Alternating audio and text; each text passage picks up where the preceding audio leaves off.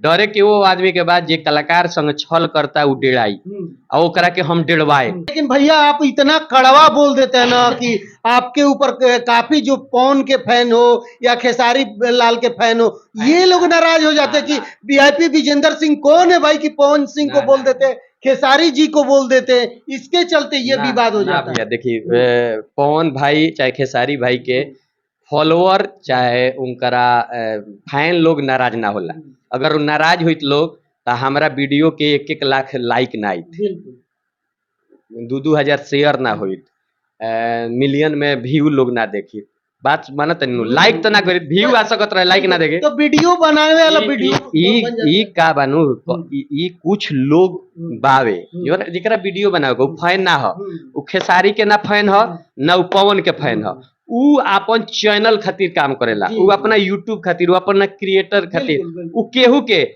आज यही मामला में देख ली खेसारी भाई के, हम जब खेसारी भाई के पक्ष में बोलत रहनी तो इहे लोग हमारा विपक्ष में बोलल, जब कुछ सबूत देनी तो खेसारी भाई के इहे लोग एंटी करे लागल, फिर खेसारी भाई के सपोर्ट करे लागल लोग। इहे लोग पवन सिंह के कबो एंटी बात करे लगेला, कब पवन सिंह के सपोर्ट करे लगेला।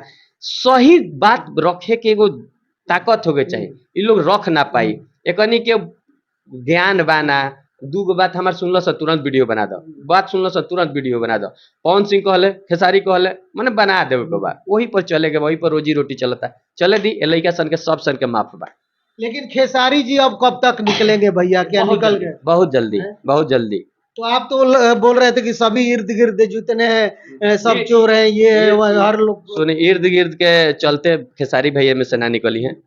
खेसारी भाई के साथ बड़ा बड़ा प्रोड्यूसर, बड़े बड़े डायरेक्टर, इंडस्ट्री के अच्छे अच्छे लोग आज के डेट में बैक में काम कर रहे हैं कि इनको एग्रीमेंट से निकाला जाए। और हमने के बहुत जल्दी मुंबई में मीटिंग करके और खेसारी भाई के में से निकाले के पूरा कोशिश हो रहा बा।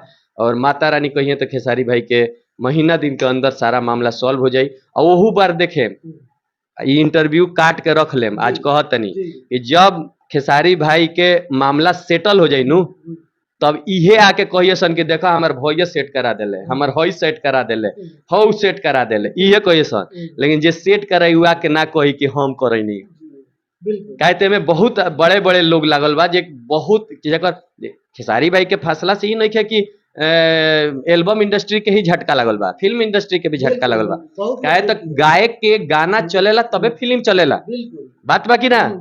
तो फिल्म वाला एक गो प्रोड्यूसर के खेसारी भाई पर 100-100 करोड़ रुपया लगल बा। खेसारी भाई बहुत बड़ा स्टार हुआ, तो अगर स्टार के कुछ होता तो सारा प्रोड्यूसर मिलके सब लोग, ग्लोबलो नहीं के चाहत कि हमरा झगड़ा करे के बा, खेसारियो भाई ने कौन चाहत कि झगड़ा करे के बा, लेकिन कुछ लोग बावे, लेकिन ये लोग के थोड़ा सा चुप रहते हुए मैनेज हो रहा बा। अब भगवान करिए जल्दी मैनेज हो जाए। लेकिन विवेक सिंह भी रो रहे थे कि हम कुछ नहीं किए, तो क्या सारे लोग अब मिला जुला कर अब साथ रहेंगे? अखिलेश कश्यप, विवेक सिंह, जो कि ये टीम थे।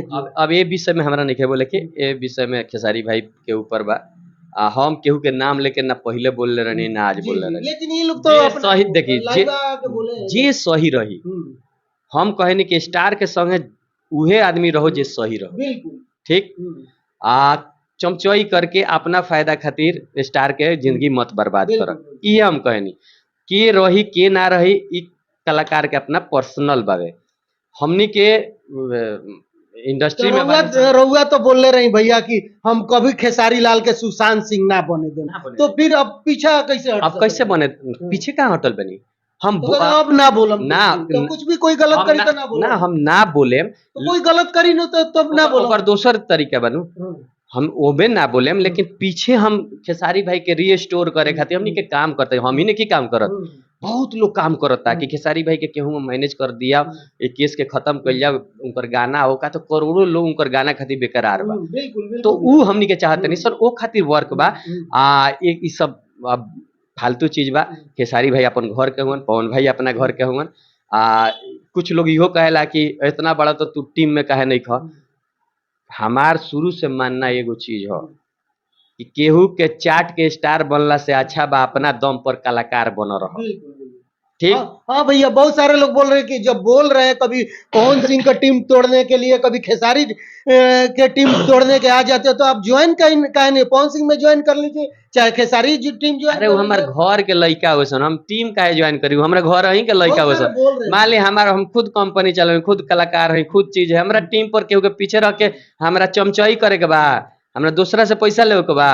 अगर वो रही तो हमरा के जानत नहीं के, तो वो लोग के हम गाना ना रिलीज करती अपना यहाँ, बिल्कुल। हम कह दी तो ना दिलो, चाहे शुरू में ना देले रहित लोग।